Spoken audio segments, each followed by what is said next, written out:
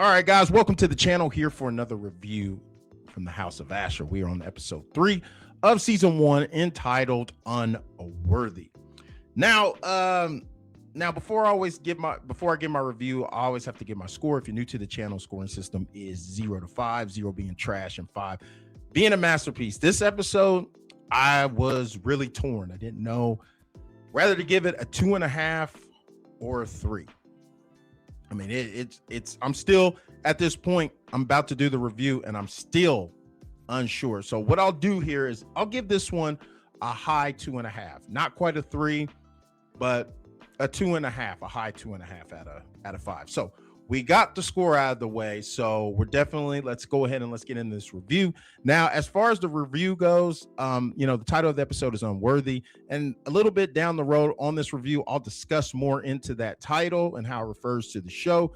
But one of the things I wanted to talk about that I really enjoyed about the episode was the scheming, because we had scheme going on. People were scheming in this episode, and I really enjoyed that, because that's one of the great things about the show Spartacus was, of course, we love the action, we love the fighting, we love the sex, the gore, all of it. We love that, but we also love the scheming of the characters as well, and we got that in this episode. And our first scheme I wanted to discuss starts with none other than Ashur and Chorus, because, of course, I said this in my prediction video for this episode that they were going to have an issue. Now, it didn't go like I thought. They were going to have a falling out to where Chorus maybe left the house for a while, and then he eventually came back, or Ashur relieved him of his duties and he realized how much he needed him.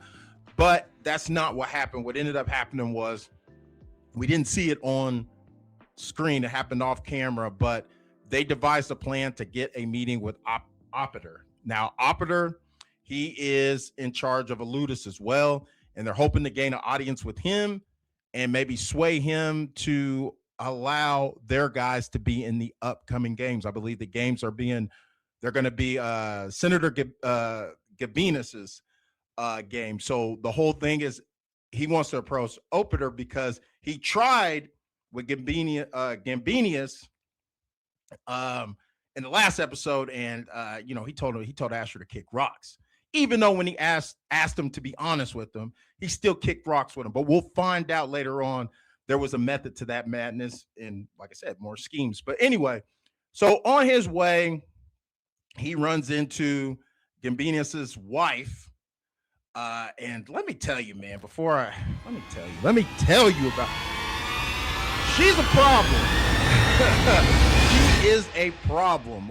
And her little clacking hens or whatever, man, these girls, man, it's something about the writing in the show is not the best, but when it comes to pettiness and throwing jabs, without being so overt, they do a great job. These ladies were just throwing daggers at each other on some kind of other level, but it's like they throw daggers, but the way you operate in the society, you have to keep it pleasant. So everything it's not so surface level or overt. It's under the surface, and the thing about it, people in that world, they're like elephants. They never forget. So all this stuff that's going on, I'm sure it will be revisited later. But anyway, he runs into Gambinas' wife, who kind of presses Chorus on where is he going? Are you are you doing a task or errand for your dominance? And he's kind of like, you're mistaken, because we all know Chorus is a free man. And so he doesn't say what he's doing, but he leaves. And that is something to keep in mind, because like I said, she knows deep down, nah, you're doing something for the Syrian, and you know how much she can't stand Ashur. She can't stand Ashur. So, but anyway, we make our way to the pits where he's going to try to bump into Opiter. And in the pits, if you guys remember the pits in the old Spartacus, that's where Animaeus was found, and that's where Spartacus was sent when he was punished by Batiatus. The pits are not where you want to be. But anyway, he runs into an old, I guess, friend, Phaedus, who's Proculus's man, who works for Proculus, who he's the one who was giving Ashur shit on the Appian Way. And, he's crying, complaining about how Proclus doesn't pay him, and he's indebted to an old sinner, which I'm assuming is got to be Gambinas. So he's down there. Betting on the fights, losing money. And you take a look at this guy. He has a look right away. You look at him and go, this guy's up to no good. He's going to betray you. He's a guy who you look at him and you go, that's a bad guy. Hey, I'm not surprised, motherfuckers. But, they talk and shoot the shit. And he's trying to, find out what Chorus is doing. And Chorus is keeping it tight-lipped. Like, my business is my business. And they end up exchanging words to the point where Chorus kind of insults him about saying, you're down here doing these unsavory deeds, these misdeeds down here. And, oh boy, Fades makes a comment of, do you think your Syrian would like if he knew about your past misdeeds? And, Chorus wasn't having that, broke the man's nose, basically told him, hey, keep your eyes off me when you see me, and walked off. And of course, when the camera lingered on him, I'm like, this guy's up to no good. And so Chorus ends up getting the audience with Upiter, and Fade sees that. He sees the meaning, like these two are talking. And so, and that will come into play later on, and I'll get to that. But long story short, between these two, Upiter, he's feeling Chorus. Like he wants, he wants to do something more than just talk and have pleasantries and drink wine. He wants to do more. And to the point where he offers, Chorus, hey, why don't you come over here and be my doctor or whatever? Now, the big question is, he doesn't accept the offer. He kind of tells him, hey, you put my men in the arena so I can show you, like, I'm that dude is when it comes to being a doctor. And, he basically tells him, if I do this, what are you going to do for me? And he's like, we'll meet again. Pretty much saying, we meet again, But anyway, my question to y'all is, do you think that Chorus, even though he didn't turn down the offer, but it's all a plan for Ashur, do you think at the end you could see him, going to Upiter? I don't think so, but it's definitely could be a possibility. It could be like who knows? So the next scheme I wanted to talk about was Gambinas, where him and his wife, they're talking, and of course the Syrian gets brought up, and she's pissed as hell about that. And he explains to her that, like, she's like, you hold him in such high regard, and he's like, that's Marcus Crassus's man. You know what I'm saying? And I'm trying to gauge the man. He's basically saying, I'm playing him. Like, he's going to give him some misinformation. And if that information gets to Marcus Crassus, then he knows his loyalties are with Marcus Crassus. But if the information doesn't get out, that lets him know that, hey, this is a guy that I could work with. Like, I can maybe turn him to my side, as he put it, he would serve a more agreeable master, which that goes to show you that they still view him as less than. They view him as less than. He's not an equal, and he never probably will ever be an equal. So there you go, kind of tying into the unworthiness. But from their perspective, that Ashur will never be worthy of their station in life.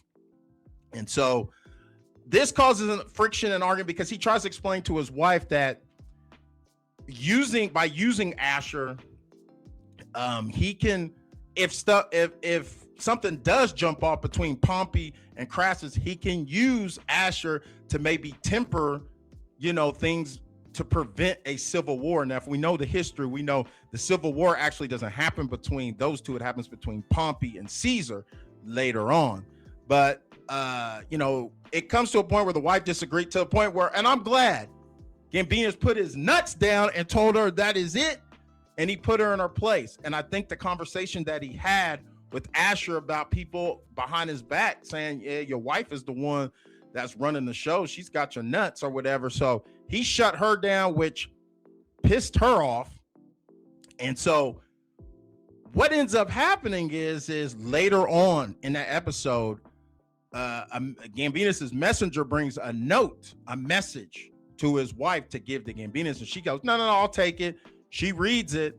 What I'm deducing what that was a letter from Fades talking about how he saw Chorus talking with Upiter and wanting, hey, can you get rid of my debts? And so, yeah. So, yeah. So what ends up happening is Chorus's way back home after being with Upiter, he's a little drunk and he gets accosted on the street, and we find out one of the men is Fade, and Fade, all of his men get their asses kicked. Now they get their licks in, they get some wounds in on Chorus. He doesn't walk away from this invincible, but as a result of that, Fade is the only one that survives, and he gets, he runs back to whoever was paying him, and he's telling them, I need a Leviticus or whatever, a Medicus or whatever, a Medicus, and it is revealed to be Gambinas' wife. See, what ended up happening was she went ahead and put the hit out and probably told him, like, all your debts will be fine if you take care of this for me. And once she finds out he didn't kill him, she sliced my man's throat, opens him up. And like I said, she's going to be a problem. And I definitely feel this is definitely going to have lasting effects, because what ends up happening is he gets home, Chorus, and they find him wounded. He's all bleed. And he reveals what happened, that it was Fade who was Proculus's man, but Proculus isn't the one that put him up to it. But of course, Ashur hears that name. He sees red. And so they plan on making a move on Proculus, even though this time he had nothing to do with what was going on. Crazy, But now let's talk about, like I said, the title, Unworthy. So a lot of it has to deal with Achilia, which I got to admit, I found her whole story it did not interest me at all, not one bit. We did get a little bit of insight into what's kind of going on with her, and a lot of it has to do with the baggage of her past is holding her back. Like she's not going full bore, she's not going full tilt and going to war. As far as with her training, it's holding her back. Her past is holding her back. Hilaria even told Ashur the same thing. So Ashur gets out. Like I said, he goes out because there's Chorus is gone. So he gets her some one-on-one training. And I mean, he's beating the shit out of her the whole time, asking her over and over again, why do you fail? Why do you fail? And she finally reveals it's because I am unworthy. And she starts, and Ashur gives her these words of encouragement. He tells her, hey, the past is the past, but let's focus on the present. I'm just paraphrasing, but that's essentially what he says. And he up and gives her the brand of the brotherhood. And see, this is the thing that bothered me, because in that scene, if I was writing the scene, what I would have done was Ashur do the same thing, but she say no, because they said she didn't take the test. She hadn't done the test on the bridge or whatever. She didn't do the test. And I think it would have been a great moment for her to bond with the other gladiators and say, no, I want to do the test, and then I will be worthy. But instead, once again, they just give her the brand, which creates animosity between her and the brothers. Once again, a lot of them are not too thrilled about it. And it's just going to be more unnecessary conflict. I think that would have been a great way to end the episode, to bring them together with her, realizing I got to get a way to get these guys to respect me. I need to, go through the same things they're going through, but they didn't. They went that way about it, Also, we got a little bit more into Hilaria, Ashur's number one house slave. And in this episode, she learned that maybe she felt a little unworthy this episode, because I think she felt her station was higher than what it was. And through frustration, Ashur let her know. He spoke the truth to her, told her, you're not my wife. I did not ask for your account. Like, he just tore her down. And he did it in front of the other house slave, Missy or whatever. I think that's how you say her name. And later on in the episode, Ashur goes back to her and apologizes in its own way. It kind of reminded me similar to the relationship between Crassus and Corey, where he tells her, hey, I want your answer me as not your Dominus, but Ashur to Hilaria. And they get it on. And it's also revealed in the episode, what's her name? The other house slave, Messia, shoots her shot and basically tells Hilaria how she truly feels about her. And she puts her in the friend zone, and Messia accepts it. But when Ashur and her are getting it on, she sees that as an opportunity. Well, this is the closest I'll ever get to be intimate with her, is I got to be the third wheel. But Hilaria, because Ashur has reignited her and given her that assurance, which I think is false assurance because he's just going to go off on her again, she starts being all high and mighty, tells Messia to leave, go fetch some wine, and wait till you're called upon. And that just crushed. You could just tell she was crushed. Like, damn, she's like, I can't even get no sloppy seconds. And truth be told, I would have, if I was Ashur, I'd have been, Hilaria, I'm gonna need you, because when she took off, I'm gonna leave it at that. I'm gonna keep it G on here. I don't want to get too into it or whatever. But let me just tell you, Ashur, I think you should maybe look the other, I'm just saying, but I ain't telling you how to do what you do. But also, I want to talk about an MVP of the episode for me is what's his name? Hold on, let me grab this.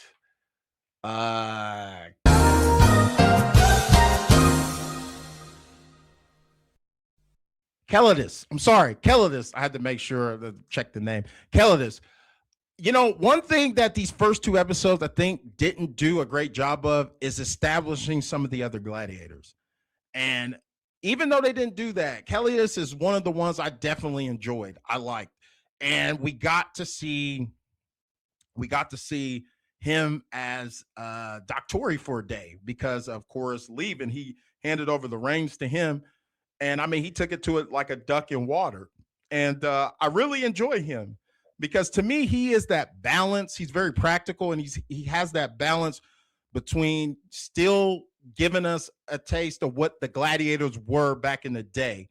Crixus and Gannicus and Spartacus, Agron. He to me, he's the only one in that group that could stand with them as far as the gladiators in the house. He could blend in with them and be just fine. He could stand in their shadows. And I enjoyed that. I like to see more of him. And I don't know if I'm the only one who sees it, but y'all see how Achilia be looking at him.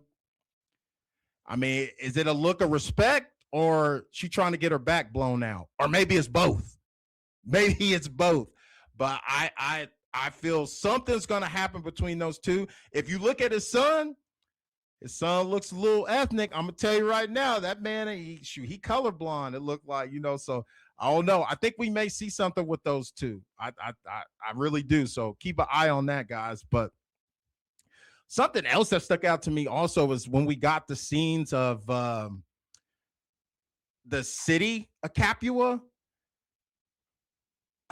Man, you could tell where they saved on the budget, because in the previous seasons, it seemed like a real city, like lived in, like where these guys are traveling to different areas. It felt like it was different areas. This looks like a whole bunch of retread, and like you could tell it just didn't. The scope of it is so much smaller than it was in the previous Spartacus. That's something that was very glaring, stuck out to me, and I was like, oh man. But yeah, outside of that, guys, I thought this was a pretty good episode. And before I get out of here, I do want to say I appreciate you guys. You guys came out, man. You really, like I said in the other video, you guys really supported my last video review of the 2 episodes. Hope you come out for this one. And about 30 of you sub to the channel. Hopefully we get 30 more in this video. No, not even 30 more. Let's get 100 more. But Either way, I appreciate you guys taking time out of your day to view my content. And so I'm going to go ahead and get out of here. And guys, I'll see you in the next video. Take it easy.